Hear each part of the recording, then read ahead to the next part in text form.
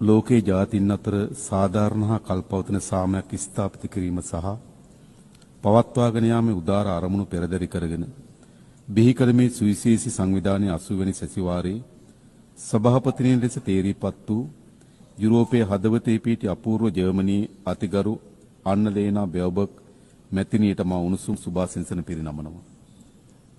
ඒ වගේම ලෝකයේම මවිතයට පත් කරන භූගෝලීය හා සංස්කෘතික විවිධත්වයක් ඇති කැමරෝනී අතිගරු ෆෙලෝමාන් යෑන් හිටපු සභාපතිතුමා ලබා දුන් නායකත්වය වෙනුවෙන් ශ්‍රී ලංකාව සිය ප්‍රශංසාව පිරිනැමීමට මේ අවස්ථාව කරගන්නවා. සාමීන් ප්‍රජාතන්ත්‍රවාදයෙන් පිරුණු ලස්සන ලෝකයක් වෙනුවෙන් දශක 8ක් පුරා අපකැප වූ සංවිධානයක බහුපාර්ශ්වික ගමන් මඟ සහ ඉදිරි අනාගතය පිළිබඳ සැලසුම් සකස් කරන මෙම සුවිශේෂී අවස්ථාවේදී ශ්‍රී ලංකාවේ ජනාධිපතිවරයා ලෙස පළමු වරට මෙම ගෞරවනීය සභාව ඇමතීමට ලැබීම පිළිබඳ මහ ඉමහත් සතුටටපත් වෙනවා. ඔබ අප සෑම දෙනාම මේ ලෝකයේ විවිධ රටවල් නියෝජනය කරමින් පැමිණි ඒ රටවල ජනතාවගේ නියෝජිතයින් වෙනවා. මගේ රටවන ශ්‍රී ලංකාව මෙන්ම අනෙක් සෑම රටකමත් ජනතාව අප වෙත පවරා දුන්න ඓතිහාසික වගකීමක් අප සියලු දෙනාගේම උරහිස් මත පැවරී තිබෙනවා. අප ගනු ලබන සෑම තීන්දුවක්ම මේ ලෝකයේ කොතනක හෝ ජීවත් වෙන සෑම දෙනාටම බලපානවා. ඒ සියලු තීන්දුව සහ තීරණ ලෝකයේ අනාගත පැවැත්ම වෙනුවෙන් තීරණාත්මක මැදිහත් වීමක් කරනවා. මිනිස් ශිෂ්ටාචාරයේ ආරම්භ වූ දා සිට මේ දක්වා මුහුණ දෙන අතිශයින් බරපතල ඛේදවාචකයක් ලෙස දුප්පත්කම හඳුන්වා දෙන්න පුළුවන්. ඒ මහ ව්‍යසනයේ හේතු කොටගෙන නිර්මාණය වූ තවත් බරපතල ගැටලු කීපයක් අප ඉදිරියේ අන්ධකාර පීඩාවක් නිර්මාණය කොට තිබෙනවා. ඒ පිළිබඳ මේ සුවිශේෂී සමුළුවේ අවධානය යොමු කිරීම කළ යුතුම බවට මගේ හෘද සාක්ෂිය හඬනගා කියනවා. බොහෝ විට මේ සියල්ල ඔබගේ හෘද සාක්ෂියටත් අඩු වැඩි වශයෙන් බලපෑම් කරනවා ඇතැයි මා සිතනවා. සම්භාවනීය නියෝජිතයිනි. ලෝකේ බහුතරයක් රටවල් සියවස් ගණනාවක් තිස්සේ අත්විඳින නොනවතින සහ අතිශය වේදනාබර අරගලයේ ලෙස දුප්පත්කම හඳුන්වා දෙන්නට පුළුවන්කම තිබෙනවා. ඒ විවිධ මුහුණුවරින් එන බිහිසුණු සතුරෙක් වන අතර අප මේ සමුළුව රැස්ව සිටින මොහොතේ මාද ඇතුළු මේ සෑම නියෝජිතයෙකුම රටවල් වල අඩු වැඩි වශයෙන් සැලකිත දරුවන් පිරිසක් කුසගින්නේ සිටිනවා. සියලුම දරුවන්ට අධ්‍යාපන ලැබීමේ අයිතිය ජාත්‍යන්තර මානව හිමිකම් නීතිය මගින් සහතික කර ඇති සහ ආණ්ඩුක්‍රම ව්‍යවස්ථාව තුළ පිළිගත් මූලික මානව අයිතියක් වෙනවා. නමුත් නැතිබැරිකම දුප්පත්කම නිසා මේ අයිතිය උල්ලංඝනය වන ලක්ෂ සංඛ්‍යාත දරුවන් ලෝකේ පුරා සිටිනවා. තාක්ෂණයෙන් පිරිපුන්නේයි උදම් මනන ලෝකයක් පාසල් අහිමි දරුවන් සිටීම මොනතරම් අවාසනාවන්ත තත්වයක්ද. අධ්‍යාපනය යනු සෑම ශ්‍රේෂ්ඨ ජාතියක්ම ගොඩනගන අත්තිවාරම් වෙනවා. අනාගත ලෝකයේ පැවැත්ම තීරණය කරන ප්‍රධානම සාධකය වෙනවා. අධ්‍යාපනය සඳහා කරන ආයෝජනය ලෝකයේ ප්‍රගතිය උදෙසා කරන ආයෝජනයක් ලෙස අපි සලකනවා. බොහෝ සංවර්ධන වීම පවතින රටවල් වල දුප්පත්කමට මුහුණ දීමේ ප්‍රගතියට ණයබර අඛණ්ඩව බාධා කරනවා. සාමාන්‍යයෙන් අඩු ආදායම්ලාභී රටවල් සෞඛ්‍ය අධ්‍යාපන සේවා සඳහා ගෙවීමට වඩා දෙගුණයකටත් වඩා වැඩි අරමුදල් සුද්ධ පොලී ගෙවීම සඳහා වෙන් කරනවා. පුරවැසියන් වශයෙන් මෙන්ම රටවල් වශයෙන් ණය උගුල් වල හිර වී සිටිනවා. මේ තත්ත්වයේ සාධනීය විසඳුමක් අවශ්‍ය වෙනවා. තිරසාර සංවර්ධන සඳහා වූ 2030 න්‍යාය පත්‍රයේ කිසිවෙකු අතහැර නොවන බවටත් පළමුවෙන්ම පිටුපසින් සිටින අය වෙත ළඟා වීමටත් පොරොන්දු වී තිබෙනවා. අද ලෝකේ පුරා මුහුණ දෙන විශාලතම ගෝලීය අභියෝගය දුප්පත්කම අවසන් කිරීමේ අභියෝගය බව තිරසාර සංවර්ධන සඳහා වූ 2030 න්‍යාය පත්‍රය හඳුනාගෙන තිබෙනවා. 1995 දී කෝපන්හෙග්දී පැවති සමාජ සංවර්ධනය සඳහා වූ ලෝක සමුළුවේ දිගත් තීරණාත්මක තීන්දුවක් ඔබේ අවධානයට යොමු කරනවා. නමුත් අනපේක්ෂිත යුද්ධ, දේශපාලන ව්‍යාකූලතාවයන් වගේම ලෝකයේම කුණාටුවකට හසු කළ කොවිඩ් වසංගතය නිසා අභිලාෂකාමී න්‍යාය පත්‍රයේ ව්‍යාකූලත්වයට පත් කර තිබෙනවා. ඒ නිසා ඇති නැති පරතරය දුප්පත්කම ලෝක ව්‍යසනයක්සේ සලකා කටයුතු කළ යුතුව තිබෙනවා.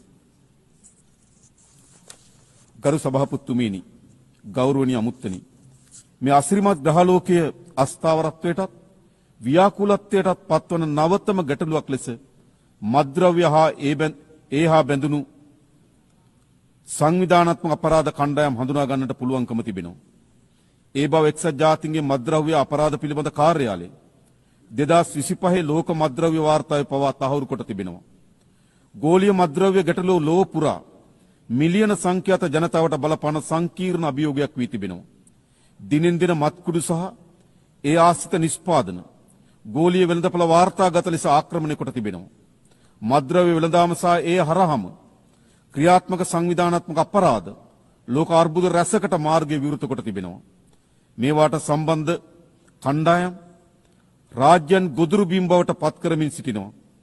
මේ ව්‍යසනය ලෝක සෞඛ්‍යයට, ලෝක ප්‍රජාතන්ත්‍රවාදයට, ලෝක දේශපාලනයට සේම අවසන් වශයෙන් ලෝකයේ යහ පැවැත්මට එරෙහි මහා ප්‍රවාහයක් බවට පත් වී තිබෙනවා. මේමා ව්‍යසනයේ තුරන් කිරීම වෙනුවෙන් ශ්‍රී ලංකාවේ අප සාධනීය වැඩපිළිවෙලක් ක්‍රියාත්මක කරමින් සිටින අතර මේ උවදුර පිටු දැකීමේ ලෝක න්‍යාය පත්‍රය සක්‍රිය කිරීමට මා ඔබට ගෞරවයෙන් ආරාධනා කරනවා. මේ ජාවාරම්කරුවන්ට එරෙහිව නීතිය තදින් ක්‍රියාත්මක කිරීම, එවැනි ජාවාරම්කරුවන්ට තම තමන්ගේ රටවල් වලට සංක්‍රමණය වීම ඉඩ ප්‍රස්ථා අහුරුවාලීම, මේවට ඇබ්බැහි වූවන් පුනරුත්ථාපනය කරනු ලබන මධ්‍යස්ථාන බිහි කිරීම වැනි කරුණු මෙහි මොහොතේ මම ඔබගේ අවධානයට යොමු කරවනවා. ගරු සභාපතිතුමීනි, ගෞරවනීය අමුත්තනි, දූෂණය සමාජයේ පුළුල් පරාසයක විනාශයට සහ ඛේදවාචකයට හේතු වන දොහොයි වසංගතයක් විදිහට අපි විශ්වාස කරනවා. දූෂණය සංවර්ධනයට බාධාවක්, ප්‍රජාතන්ත්‍රවාදය සහ ලෝකයේ යහපැවැත්මට තීරණාත්මක තර්ජනයක් සහ දුප්පත්කමට හේතුවක් වන බව අපේ ස්ථාවර වෙනවා. දූෂණයට එරෙහි සටන භයානකයි. නමුත් දූෂණයට එරෙහි සටන් නොකර සිටීම ඊටත් වඩා භයානකයි යන්න මම ඔබට ඉතාමත් ගෞරවයෙන් සිහිපත් කරනවා. 1948 දී මානව හිමිකම් පිළිබඳ විශ්ව ප්‍රකාශනය ලෝකයේ මිනිස් ප්‍රජාවට විශාල ජයග්‍රහණයක් ගෙනාවා. මානව ශිෂ්ටාචාරයේ විවිධ ජයග්‍රහණයන් එක් රැයකින් ලැබී නැහැ. ඒ සියල්ල අප්‍රමාණ කැපකිරීම සහ නොපසුබට උත්සාහයේ ප්‍රතිඵල. දූෂණයට එරෙහි සටනත් අසිරු පියවරක්. එහෙත් අපි මේ පියවර තැබිය යුතුයි. අප තබන පළමු පියවර අසිරු විය හැකියි. නමුත් අප නිර්භීතව තබන පියවර නිවැරදි නම් ඒ පියවර පිටුපස තවත් පියවර දහස් ගණනක් අප සමග ඒවියයි මා විශ්වාස කරනවා. ගරු සභාපතිතුමීනි, නියෝජිතවරුනි, නිර්භීත වන්න. ඉතුරු සියල්ල ඉබේම වේ යයි ජවහර්ලාල් නේරුතුමන් කළ ප්‍රකාශය මේ මොහොතේ මා සිහිපත් කරනවා. මම නියෝජනය කරන්නේ මිලියන 22කට ආසන ජනගහන ජීවත් වන පුංචි දීප්තිමත් දූපතක්. ශ්‍රී ලංකාවේ ජනගහනය ආසන වශයෙන් මුළු ලෝක ජනගහනයෙන් 0.3ක් පමණ වෙනවා. අපේ රටේ වගේම රටේ සිටින ජන සංඛ්‍යාව ප්‍රමාණාත්මක සහ සංඛ්‍යාත්මක කුඩා බව ඇත්ත. නමුත් අපේ රටෙත් ලෝකෙත් මතු පරපුර වෙනුවෙන් දූෂණයට එරෙහි සටන අපි ආරම්භ කොට තිබෙනවා. දූෂණයට එරෙහි සටන සෑම රටකම සංස්කෘතියේ කොටසක් විය යුතුයි කියා මා යෝජනා කරනවා. ගරු සභාපතිතුමීනි, ගෞරවනීය අමුත්තනි, ඔබ කුමන රාජ්‍ය නියෝජනය කළත් මේ සෑම නියෝජිතයෙක්ම යුද්ධය ප්‍රතික්ෂේප කිරීමට මා සමග එක්වන බව මට විශ්වාසයි. යුද්ධයක් ප්‍රාර්ථනා කරන ජාතියක් ලොව නැහැ. කොතන හෝ කෙසේ යුද්ධයක් හෝ ගැටුමක් ඇති වුණත් ඒ හරහා සිදුවන්නේ ඛේදවාචකයක් බව අපි දන්නවා. මේ මොහොතේ පවා ඒ ඛේදවාචකයේ වේදනාව ලෝකේ බොහෝ තැන්වල අත්විඳිමින් ඉන්නවා. දශක 3කට වඩා වැඩි කාලයක් යුද්ධයේ කටුක අත්දැකීම් ලැබූ රටක් ලෙස ඒ විනාශකාරී බව ගැන අපි ඉතා හොඳින් දන්නවා. යුද්ධය නිසා මියගේ දහස් ගණන් සැමරුම් ස්මාරක අසල පැමිණි ඔවුන්ගේ දෙමව්පියන් දූ දරුවන් බිරින්දෑවරුන් දෑත් එක් කරගෙන නගන වේදනාබර ආයතනයේ දකින ඕනෑම කෙනෙක් යුද්ධයක සිහිනයක් දැකීමට පවා අකමැති වෙනවා. ඒ වේදනාබර දසුන අපි ඇස් දෙකෙන් දැක තිබෙනවා. ගැටුම් නිසා මිනිසුන්ට විඳින්න සිදුවී ඇති දුක් පෙර නොවිරු මට්ටම ළඟා වී තිබුණත් බොහෝ විට ජාත්‍යන්තර ප්‍රජාව මිලියන ගණනකගේ දුක් වේදනා අවසන් කිරීමට අපොහොසත් වූ හුදු නරඹන්නෙකු බවට පත් වී තිබෙනවා. දරුවන්ගේ සහ අහිංසක සිවිල් වැසියන්ගේ ජීවිත එහාට මෙහාට පහර වදිමින පාපන්දෝ බවට පත් කිරීම අවස්ථාවාදී බල දේශපාලන ඛේදවාචකයක් වී තිබෙනවා. තමන්ගේ බලය වැඩි කර ගැනීමට තවත් කිසියෙකුට ජීවිතවලට බලපෑම් කිරීම සහ පීඩා කිරීමට කිසියෙකුට අයිතියක් නැහැ. පාලකයන් කළ යුත්තේ ජීවිත ආරක්ෂා කිරීම මිස ජීවිත විනාශ කිරීම නොවේ. ගාසා තීරයේ අඛණ්ඩව සිදුවන බිහිසුණු ව්‍යසනය අපගේ දැඩි කනස්සලට හේතු වී තිබෙනවා. විශේෂම ගාසා තීරයේ වේදනාබර ඛේදනීය එලිමහන් සිර කඳුරක් වී තිබෙනවා. අහිංසක දරුවන්ගේ සහ සිවිල් වැසියන්ගේ විලාපය රැව් පිළිරැව් දෙනවා. එක්සත් ජාතීන්ගේ සංවිධානය සහ අනිකුත් සියලු පාර්ශ්වයන්ගේ එකඟතාවය මත දෙපාර්ශ්වයේ කඩිනමින් සටන් විරාමයකට යොමු වීමත්, බාධාවකින් තොරව සියලු මානසික ආධාර යොමු කිරීමත්, සියලු පාර්ශ්වයන්ගේ ප්‍රාණපකරුවන් නිදහස් කිරීමත් පිළිබඳව අපි හඬ නගනවා. මෙහි බීසුණු ඝාතන අවසන් කිරීම උදෙසා අපි දැඩිව බලපෑම් කළ යුතුව තිබෙනවා. පලස්තීන ජනතාවට රාජ්‍ය සඳහා ඇති අහිමි කළ නොහැකි අයිතිය අපි පිළිගන්නවා. ඒ වගේම ඊශ්‍රායල සහ පලස්තීන ජනතාව යන දෙපිරිසෙගේම නීත්‍යානුකූල ආරක්ෂක මානව ගැටලු හඳුනා ගත යුතු තිබෙනවා. 1967 දේශ සීමා මත පදනම්ව රාජ්‍යන් දෙකක් එකිනෙකට යාබදු පැවතීම පදනම සපේන එක්සත් ජාතීන්ගේ යෝජනාවලට අනුකූලව සාධාරණ ස්ථීර විසඳුමක් වෙනුවෙන් එක්විය යුතුව තිබෙනවා. නිරර්ථක යුද්ධයක් හේතුවෙන් මිලියන ගණනක් ලෝකවාසීන්ගේ දුක් වේදනා ඉදිරිපිට හුදු නරඹන්නක බවට පත් වී සිටීම අවසන් කළ යුතු තීරණාත්මක මොහොතකට අප එළඹ තිබෙනවා. මිනිස් සංහතිය තුළ ලෝකයේ පීඩාවට පත්වන යුද්ධ ගැටුම් වලට උමුතු ආගමික අන්තවාදයට සහ ජාතිවාදයට බරපතල ලෙස හේතු වී තිබෙනවා. වහල්භාවයේ අහෝසි කර සියවසක් ඉක්ම ගොස් ඇතත් වර්ගවාදයේ විස තවමත් තැන තැන තිබෙන බව නැවත නැවත සිහිපත් කළ යුතුයි. අන්තවාදී සහ ජාතිවාදී අදහස් මාරාන්තික වසංගත රෝග තරමටම සාහසික වී තිබෙනවා. හාස්‍යයට සහ විමතියට කරුණ වන්නේ මෙතරම් ඉදිරිගාමී ලෝකයක් තුළ පවා මේ ජාතිවාදී වර්ගවාදී ගෝසාවන් තව දුරටත් අලුයට ගිනි පුපුරුමින් ඉතිරිව තිබීමයි. එහි බීසුණු තත්ත්වය වන්නේ ඉතාමත් තීරණාත්මක ලෙස විශ්වයේ යහ පැවැත්මට එරෙහිව අවස්ථාවාදී ලෙස ගිනි පුපුරු විටින් විට මහා ගිනි ජාලාව බවට පත් කිරීමයි. ආයුධ මගින් ප්‍රශ්න විසඳ ගන්නා වෙනුවට මානව ශිෂ්ටත්වයේ වටිනාකම වලින් ප්‍රශ්න විසඳා ගැනීමේ හැකියාව වෙත අපි අවතීර්ණ වී යුතු තිබෙනවා. මිලියන ගණනක් දරුවන් කුසගෙන්නේ මේ යන ලෝකයක අපි බිලියන ගණනින් ආයුධ වෙනුවෙන් වීදම් කරනවා. නිසි සෞඛ්‍ය පාසුකම් නොමැති කෝටි ගණන් ජනතාව මරණය මවත තෝරා ගන්නා විට නිරන්තක යුද්ධය වෙනුවෙන් ප්‍රකෝටි ගණන් වියදම් කරනවා. අධ්‍යාපන නැමැති පියාපත් ලබන්නට බැරිව ලක්ෂ ගණන් දරුවන් සුසුමන විට භූමියන් ආක්‍රමණය කරන්නට මිලියන ගණන් වියදම් කරනවා.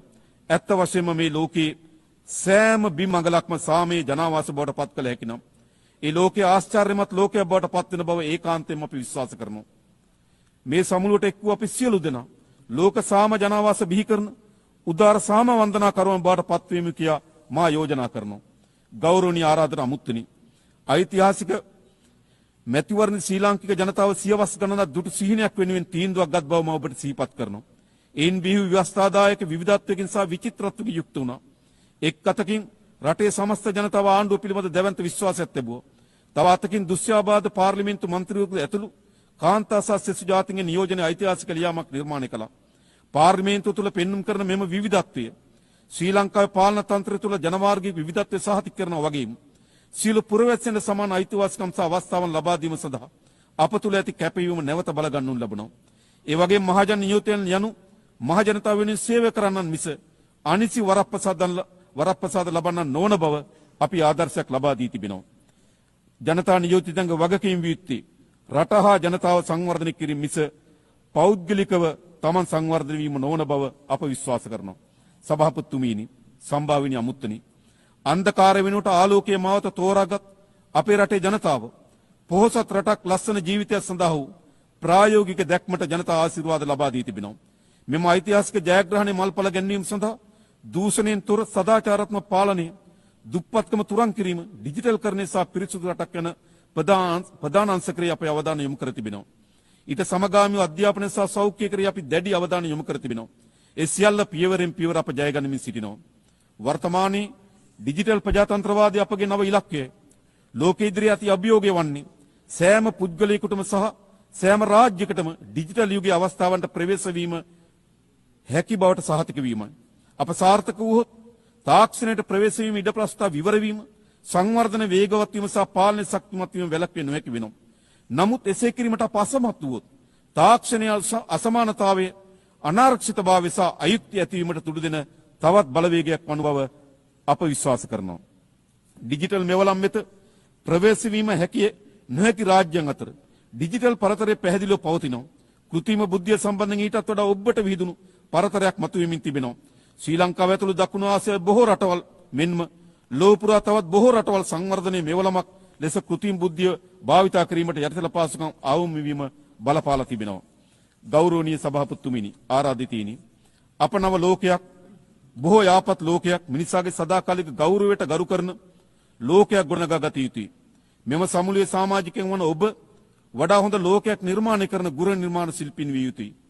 අපගේ අනාගතය ඔබේ අතේ යනුවෙන් 1945 එක්සත් ජාතීන්ගේ සංවිධානය පිහිටීමේ ප්‍රඥප්ති අත්සන් කිරීමට සමගාමීව ඇමරිකන් ජනපති හැරි ට්‍රූමන් කළ ප්‍රකාශය සිහිපත් වෙනවා. අප ක්‍රියා කළ යුත්තේ බියෙන් හෝ බැඳීමකට යටත් නොව බලාපොරොත්තු පෙරදැරිවයි. වඩා යහපත් ලෝකයක් උදා කරගත හැකි මෙන්ම ඒ වඩා සමීපයේ යන අපේක්ෂාව පෙරදැරි කරගෙනයි. ව්‍යසනයට ලෝකයේ රැගෙන යන වෙනුවට මතු පරපුරට සුරක්ෂිත ලෝකයක් බිහි කිරීමට හදවතට එකඟව අප කැප වූ පරපුරක් ලෙස මෙම සමුළුවේදී අධිෂ්ඨාන කරගනිමු. අවසාන වශයෙන් මට මගේ රට ගැන අපේක්ෂාවේ සීනයක් තිබෙනවා. ඔබට ඔබේ රටවල් ගැන අපේක්ෂාවේ සීනයක් තිබෙනවා. මගේ රටේ ජනතාව සතුටින් පිරුණු පොහොසත් ජීවිතයක් උරුම කර දීම මගේ ඒකායන සීන වෙනවා. ඔබේ රටවල ජනතාවටත් එවැනි ජීවිතයක් උරුම කර දීම ඔබේ සීනේ බව මා විශ්වාස කරනවා. ඒ සියලු සීන වෙනුවෙන් අප යා යුත්තේ එකිනෙකා පරාය යන ගමනක් වෙනුවට එකිනෙකා අත්වල බැඳගත් ගමන බව අප විශ්වාස කරනවා. නිරෝගී ධර්මතලයක සාමය, ගෞරවය හා සමානත්වතාව වෙනුවෙන් කැපවීම යනුවෙන් එක්සත් ජාතීන්ගේ සංවිධානයේ ආදර්ශ පාඨයේ සඳහන්ව තිබෙනවා.